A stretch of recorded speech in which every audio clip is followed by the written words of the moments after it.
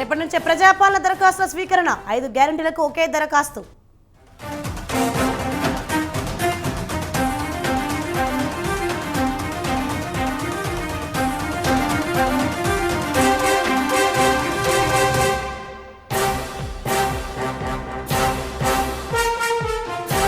నేడు ఆర్థిక శాఖపై సీఎం జగన్ సమీక్ష, సామాజిక పెన్షన్లకు నిధులు సమకూర్చడంపై చర్చ.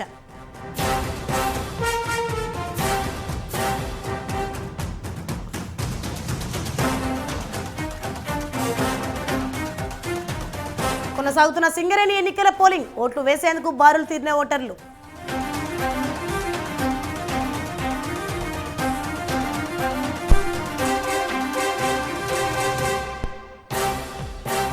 తెలుగు రాష్ట్రాల్లో పడిపోతున్న ఉష్ణోగ్రతలు, పొగమంచుతో పెరుగుతున్న రోడ్డు ప్రమాదాలు.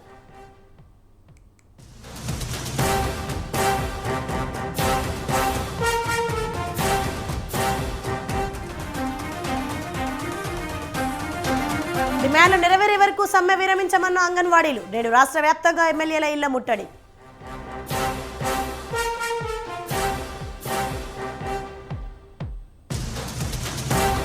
చెన్నైలో అమ్మోనియం గ్యాస్ లీక్తో ఉక్కిరి బిక్కిరి, 30 మందికి అస్వస్థత, 4 పరిస్థితి విషమం.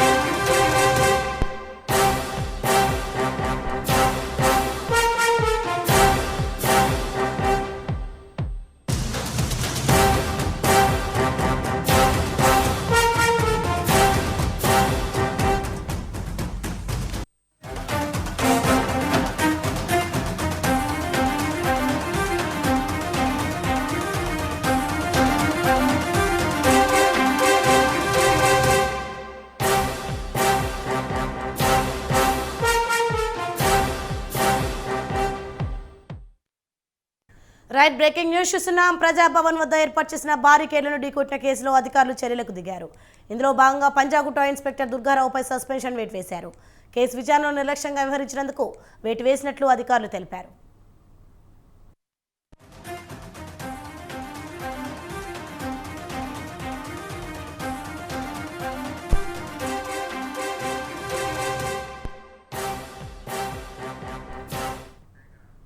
ఈ నెల 23వ తేదీ అర్ధరాత్రి బేగంపేటలోని ప్రజాభవన్ వద్ద ఏర్పాటు చేసిన బారికేడ్లను బీఆర్ఎస్ మాజీ ఎమ్మెల్యే షకీల్ కొడుకు సోహెల్ మధ్యమత్లో కారుతో ఢీకొట్టాడు.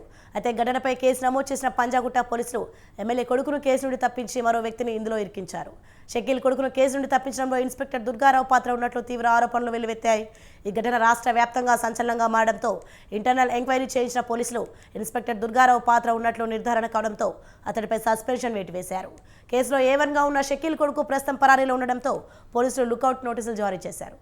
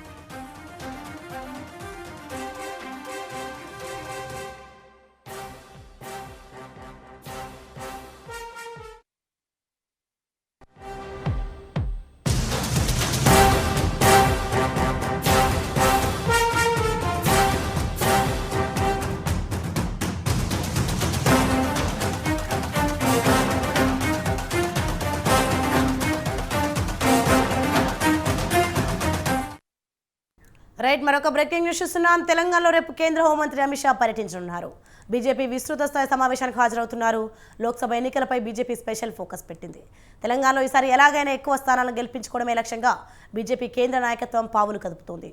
ఇందులో భాగంగానే కేడర్కి లోక్సభ ఎన్నికలపై అమిత్ షా దిశానిర్దేశం చేయనున్నట్టు తెలుస్తోంది. హైదరాబాద్ పర్యటనలో భాగంగా చార్మినార్ భాగ్యలక్ష్మి అమ్మవారికి అమిత్ షా ప్రత్యేక పూజలు చేయనున్నారు. తర్వాత బీజేపీ నేతలతో అమిత్ షా సమావేశం కానున్నారు. రంగారెడ్డి జిల్లా కొంగర్ కలాన్లో 1200 మంది నేతలకు అమిత్ షా దిశానిర్దేశం చేయనున్నారు. అసెంబ్లీలో బీజేపీ శాసనసభ పక్ష నేతను షా డిసైడ్ చేయనున్నారు.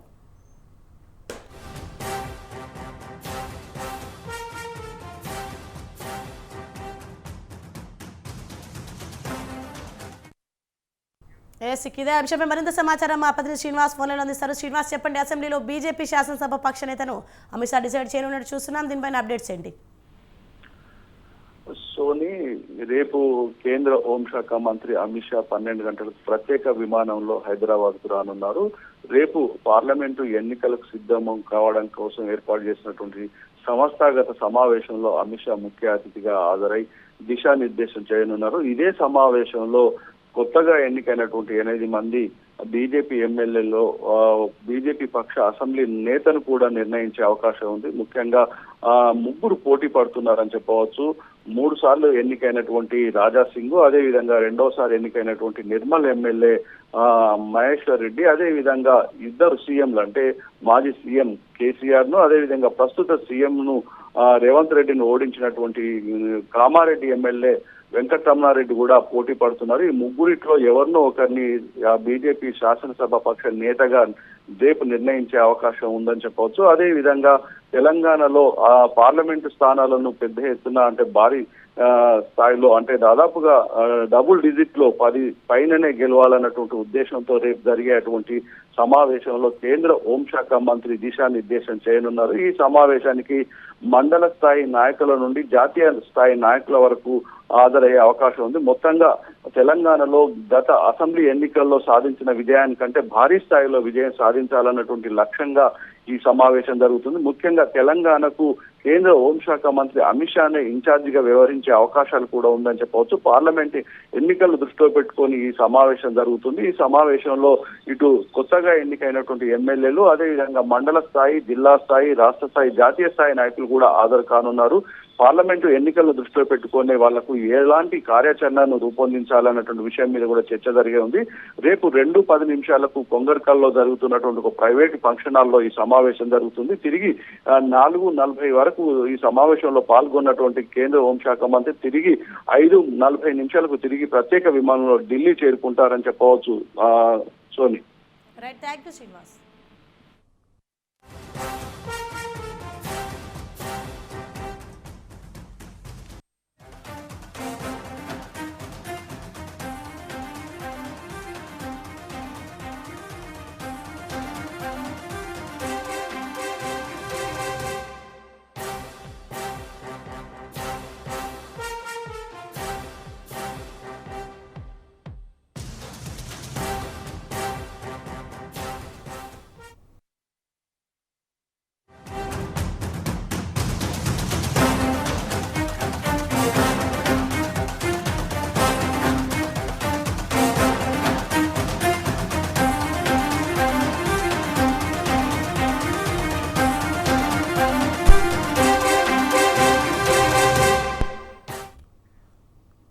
సింగరేణి గుర్తింపు కార్మిక సంఘం ఎన్నికల పోలింగ్ కొనసాగుతోంది.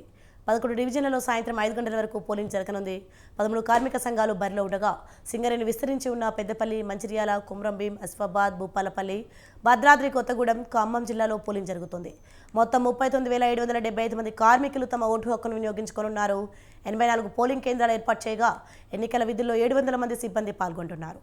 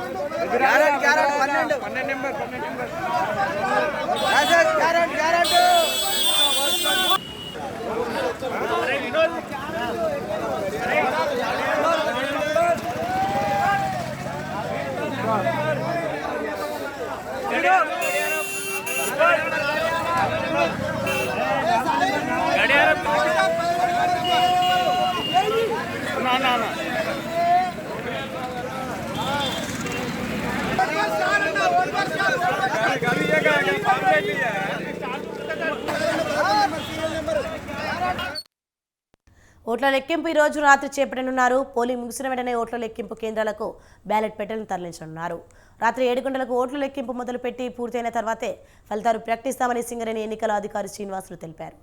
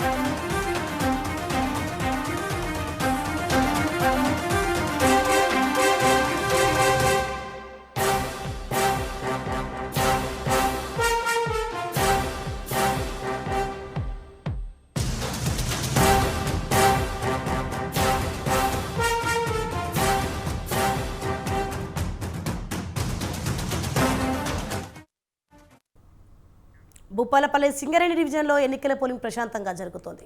భూపాలపల్లిలో 5,410 మంది కార్మికులు ఓటు హక్కును వినియోగించుకోనున్నారు. ఎన్నికల నిర్వహణకు వివిధ గనులపై 9 పోలింగ్ కేంద్రాలను ఏర్పాటు చేశారు. సాయంత్రం 5 గంటల వరకు పోలింగ్ కొనసాగుతోంది. పోలింగ్ను బ్యాలెట్ పేపర్ పద్ధతిలో సీక్రెట్ ఓటింగ్ నిర్వహిస్తున్నారు. పోలింగ్ అనంతరం కృష్ణా కాలనీ సింగరేణి ఫంక్షన్ హాల్లో రాత్రి 7 గంటల నుండి రౌండ్కు 2,500 చొప్పున ఓట్లు లెక్కించి ఫలితాలు వెల్లడించనున్నారు. కాంగ్రెస్ పార్టీ అనుబంధ ఐఎన్టీయూసీ, సిపిఐ అనుబంధ ఏఐటీయూసీ యూనియన్ల మధ్య గట్టి పోటీ ఉంది. ఏఐటీయూసీ యూనియన్కి బీఆర్ఎస్ పార్టీ అనుబంధం తెలంగాణ బొగ్గు గని కార్మిక సంఘం మద్దతు తెలిపింది.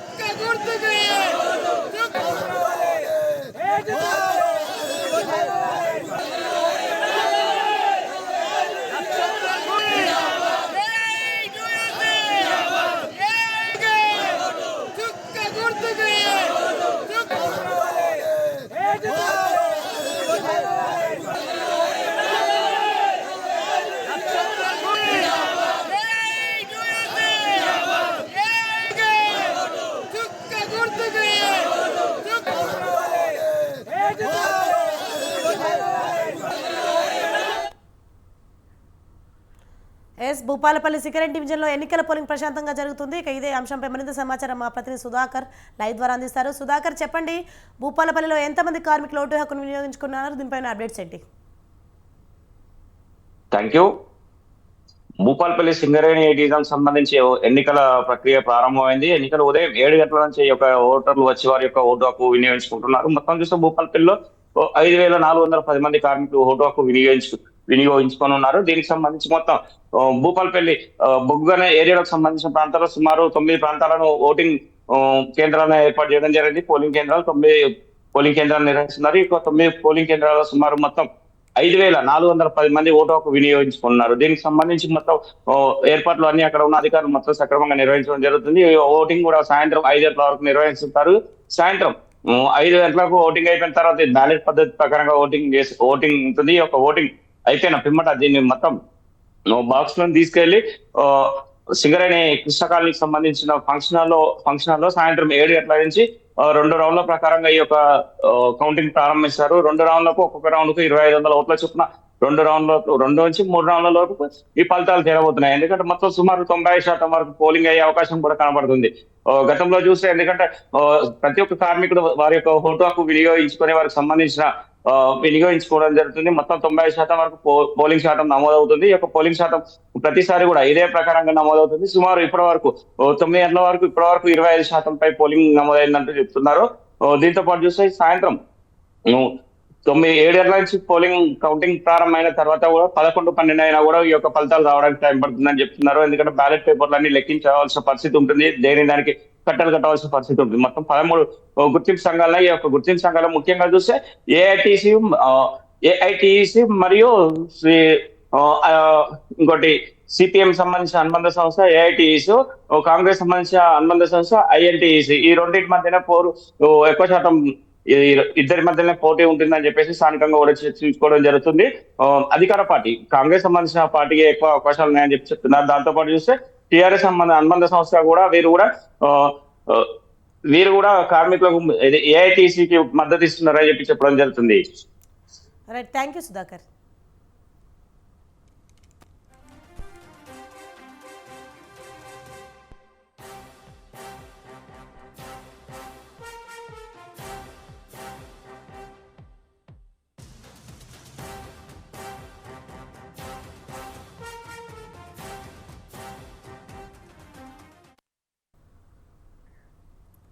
ఖమ్మం జిల్లాలో సింగరేణి గుర్తింపు సంఘం ఎన్నికలు జరుగుతున్నాయి.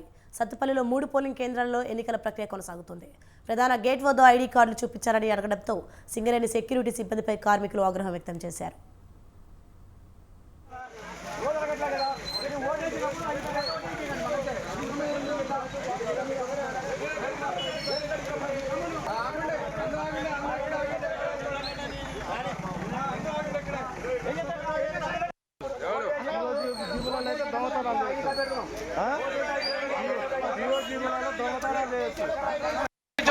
సింగరేణి కార్మిక వర్గానికి విజ్ఞప్తి చేస్తా ఉన్నాం. ఈ సింగరేణి కార్మిక వర్కర్స్ చరిత్ర ఈ సంఘాలకు ఏటి కూడా లేదు. ఈ సంస్థని ప్రైవేటీకరణ నుంచి కాపాడి ప్రభుత్వ రంగ సంస్థగా బ్రిటిష్ సామ్రాజ్యాలతో పోరాడి దీన్ని ప్రభుత్వ సంస్థగా గుర్తించి తీసుకొచ్చింది ఐటీసీ. అనేక మంది కార్మిక నాయకులు తమ ప్రాణాలు పణంగా పెట్టి ఈ సింగరేణి కార్మికుల సంక్షేమం కోసం పోరాడినటువంటి సంఘం సింగరేణి వర్కర్స్ యూనియన్. కాబట్టి ఇప్పటికైనా సింగరేణిని కాపాడాలన్నా, సింగరేణిలో కార్మిక సమస్యలు పరిష్కరించాలన్నా, కార్మిక వర్గ సంక్షేమం కోసం పనిచేయాలన్నా 105 సంవత్సరాల సుదీర్ఘ చరిత్ర కలిగిన ఏఐటీసీ సింగరేణి కార్మిక వర్కర్స్ని స్థాపించి కూడా 82 సంవత్సరాల పైగా ఉంది. కాబట్టి కార్మికుల సంక్షేమం, సింగరేణి సంస్థ సంక్షేమం, ఈ సింగరేణిని కాపాడుకునే బాధ్యత కూడా సింగరేణి కార్మిక వర్కర్స్ యూనియన్ తీసుకుంటా ఉన్నాం. సింగరేణి కార్మిక వర్గానికి విజ్ఞప్తి చేస్తా ఉన్నాం. ఈ సింగరేణి కానీ ఇప్పుడు మేనిఫెస్టోలో లేకపోయినప్పటికీ కూడా వారు ప్రత్యేక చొరవ తీసుకొని సింగరేణి మేనిఫెస్టోలో లేకపోయినా సింగరేణి డే ఏదైతే ఉన్నదో 23 డిసెంబర్లో జరిగే సింగరేణి డేకు హాలిడే ప్రకటిస్తానని చెప్పి తెలియజేయడం జరిగింది. అలాగే అదొకటే కాదు, మేనిఫెస్టోలో లేని ఇంకా కూడా ఏదైతే ఉన్నదో ఇప్పుడు ప్లేడలు మాకు N-1 అనేది ఒక సిస్టమ్ ఉంది. నిన్ననే మా రెవెన్యూ మినిస్టర్ గారు ఒక వీడియో తీసుకున్నారు, పొంగులేటి శ్రీనివాసరెడ్డి గారు. N-1 అంటే ఇలాంటి ప్రొడక్షన్ ఉన్న మైన్లో 4 ప్లేడలకు ఒక ప్లేడ కట్ చేస్తూ ఉన్నది కంపెనీ. తద్వారా ఒక్కొక్క కార్మికుడు 5 నుంచి 8 వేల రూపాయలు నష్టపోతూ ఉన్నాం. మరి N-1 కూడా ఎత్తి పాడేసి మేము ఏదైతే ఉన్నదో అది 4 ప్లేడలు ఇచ్చే విధంగా కూడా రెవెన్యూ మినిస్టర్ గారు నిన్న వీడియో తీసుకున్నారో అది కూడా కార్మికులకు ఒక్కొక్కరికి కూడా నెలకు ఒక 5 నుంచి 10,000 రూపాయలు లబ్ధి చేకూరే విధంగా ఉన్నది. ఇవాళ కొత్త వాగ్దానాలు ఇస్తూ కార్మికులను మభ్య పెడదామని చూస్తున్నారు. ఒక్క ఎమ్మెల్యే గారు ఉన్నదానికి వాళ్ళు అన్ని వాగ్దానాలు చేస్తానంటే 70 పైచీలకు ఎమ్మెల్యేలు ఉండి గవర్నమెంట్ ఉన్నా మేము ఎన్ని చేయగలుగుతామో కార్మికులకు మేము తెలియజేయడం.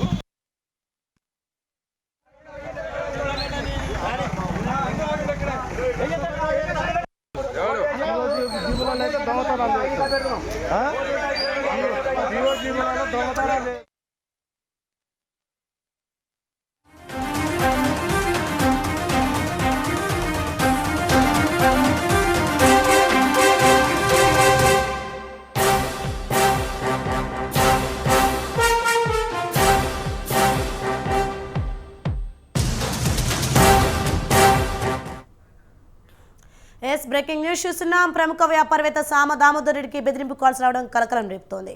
తనను చంపేందుకు 50 లక్షల సుపారీ తీసుకున్నానంటూ గుర్తు తెలియని వ్యక్తి తరచూ వేధింపులకు గురి చేస్తున్నాడని బాధితుడు దామోదర్ రెడ్డి రాజేంద్రనగర్లో పిఎస్లో ఫిర్యాదు చేశారు. కోట్ల రూపాయలు విలువ చేసే తన వ్యవసాయ భూమిని జీవన్ రెడ్డి కబ్జా చేశారని ఆరోపించారు. మాజీ సీఎం కేసీఆర్, మాజీ మంత్రి కేటీఆర్పై కూడా ఆయన తీవ్ర ఆరోపణలు చేశారు. వారి అండదండలతోనే నన్ను చంపడానికి ప్రయత్నం చేస్తున్నారని దామోదర్ రెడ్డి ఆరోపిస్తున్నారు.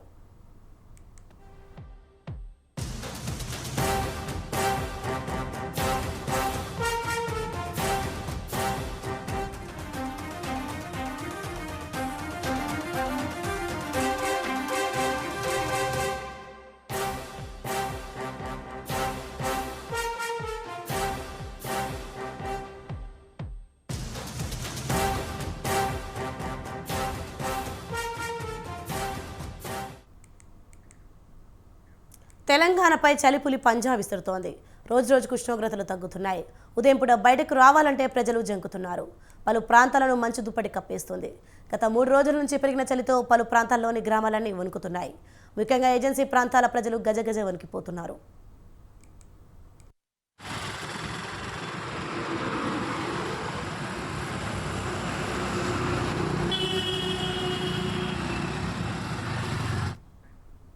భద్రాద్రి కొత్తగూడెం, సిద్దిపేట, వరంగల్ జిల్లాలతో పాటు మిగతా జిల్లాలను పొగమంచు కప్పేసింది. దట్టమైన పొగమంచు కారణంగా వాహనదారులు తీవ్ర ఇబ్బందులు ఎదుర్కొంటున్నారు. రహదారి కనిపించక అవస్థలు పడుతున్నారు. తెల్లవారుజాము సమయంలో అయితే అసలు వాహనాల ఇంట్లు వేసిన రోడ్డు కనిపించడం లేదని వాపోతున్నారు. కొన్నిసార్లు ప్రయాణాలు మానుకొని వెనక్కి తిరగాల్సి వస్తుందని చెప్తున్నారు.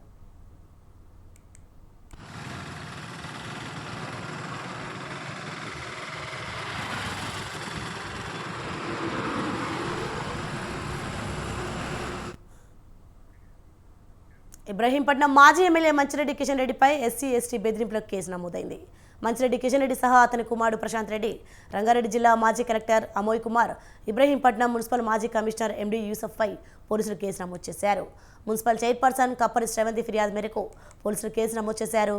2.5 కోట్లు తీసుకొని అప్పటి ఎమ్మెల్యే మంచిరెడ్డి మున్సిపల్ చైర్పర్సన్ పదవి ఇచ్చారని శ్రవంతి ఆరోపించారు.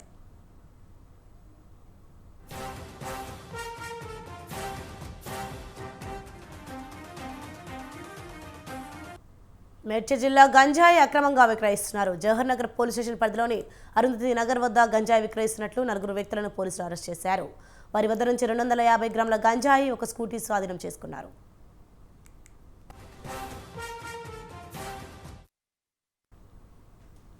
పంజాగుట్ట ఇన్స్పెక్టర్ దుర్గారావుపై వేటు పడింది. మాజీ ఎమ్మెల్యే షకీల్ కుమాడి కేసులో నిర్లక్ష్యం వహించినందుకు సస్పెండ్ అయ్యాడు. ర్యాష్ డ్రైవింగ్ చేసిన ఎమ్మెల్యే కొడుకు సోహిల్ స్థానంలో మరొకరిని కేసులో చేర్చేందుకు సీఐ దుర్గారావు ప్రయత్నించారు. దుర్గారావు వ్యవహారంపై పూర్తి స్థాయిలో విచారణ జరిపిన డీసీపీ వెస్ట్ జోన్ డీసీపీ అతడిని సస్పెండ్ చేశారు. బీపీ డౌన్ కావడంతో దుర్గారావు ఆసుపత్రిలో చేరారు.